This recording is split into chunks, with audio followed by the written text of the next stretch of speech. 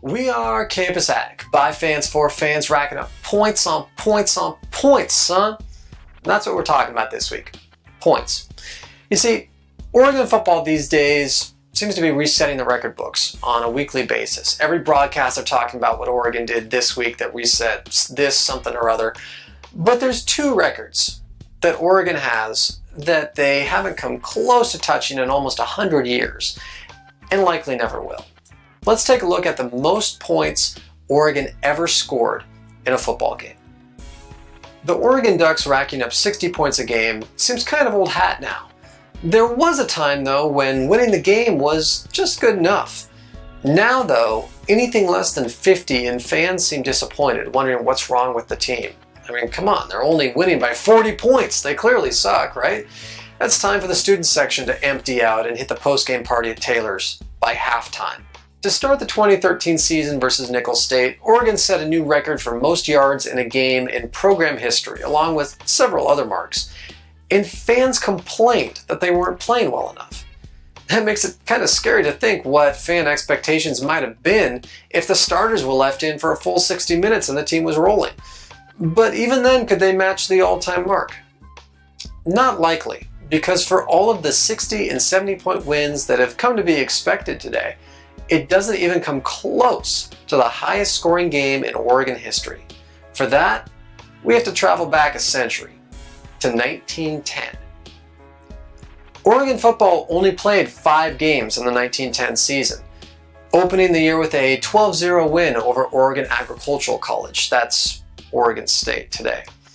That game will go down in the record books, though. Not so much what happened on the field, but in the post-game. It's one of the most infamous games in the history of the Civil War.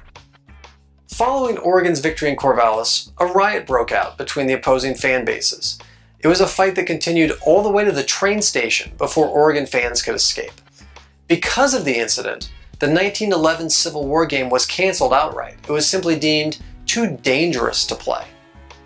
The following week after the Oregon State brawl, the University of Puget Sound from Tacoma, Washington came to Eugene on October 22, 1910 to take on the Oregon Webfoots at Kincaid Field to open the home season.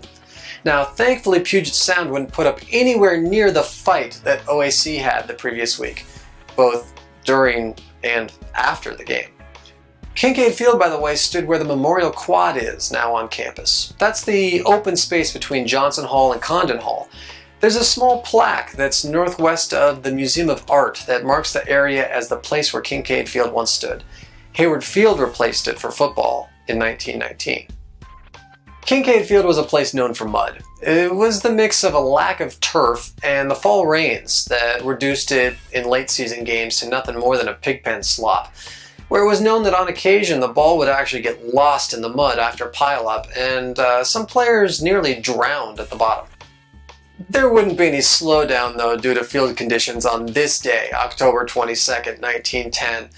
It became the most lopsided battle in Oregon football history.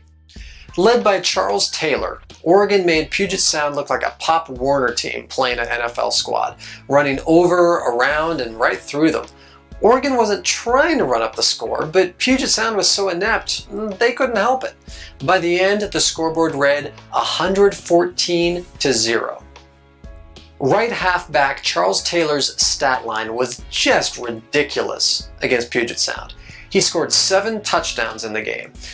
Keep in mind, touchdowns back then only counted for 5 points.